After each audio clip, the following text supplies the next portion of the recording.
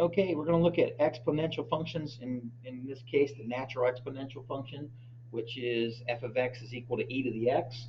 It is the inverse of f of x is equal to natural log of x. So if you remember correctly, if the natural log function plots a to b, then y equals e to x would plot b to a. This kind of leads to the fact that y is equal to e to the x if and only if x is equal to the natural log of y. Same thing we talked about up here.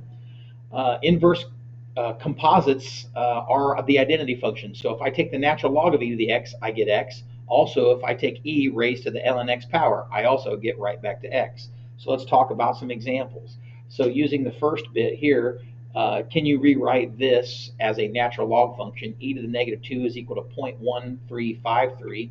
And basically, I just kind of jotted down here, that's e to the x is equal to y there. And then we're going to use the other part of the function, x equals lny. If you convert this, it's negative 2 is equal to the natural log of 0.1353. Going the other way, the natural log of a half is equal to this particular decimal, if and only if e to this particular decimal is equal to 1/2. Okay, so again, that's right back to here. Y is equal to ln x. If it maps a to b, then y equals e to the x maps b to a. All right. So let's use the inverse to solve some problems. So if we have e to the ln 2x is equal to 12, again, remember, e to the ln, those are just composite functions of two inverses. So that's just 2x is equal to 12, or x is 6.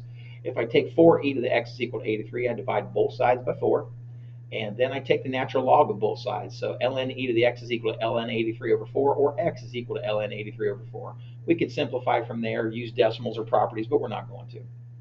What about ln of x squared is equal to 10? We could use a property here. That's 2 ln x is equal to 10, or ln x is equal to 5. And then we raise both sides to the e power. E to the ln x is equal to e to the 5, or x is equal to e to the 5th power.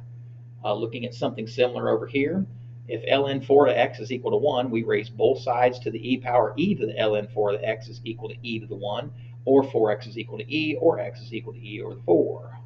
And let's look at some derivatives.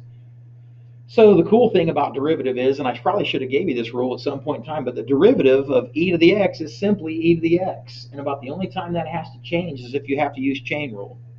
So for example, the derivative of e to the 1 minus x power is e to the 1 minus x power times negative 1. Where did the negative 1 come from? It come from the derivative of this part right here. So sometimes you might have to use the product rule. So y equals x squared e to the negative x. So this is going to be f of x. The function here is going to be g of x. So f's prime is 2x times e to the negative x, just g of x, plus, comes from the product rule, the original function, x squared, times negative e to the negative x. Where did the negative sign come from? The chain rule. Since this was not a simple function, we had to multiply by its derivative, which is negative 1. If I clean this up a little bit, I can take a e to the negative x outside, I can take an x outside, and I'm left with 2 out front here, and I'm left with a negative x in the back here, which could be simplified again if we wanted. Here's something interesting. What about y equals e to the cubed, or e cubed times ln of 3? Well, dy dx is just 0. E is an approximation. E is 2.718 whatever else, and ln 3 is just a number. So all this is just numbers. So dy dx is equal to 0. So we dove into some problems here, and I dove into a lot of them, and I'll expect you to do the same. But we basically just worked with the properties and with the derivatives here to start off with.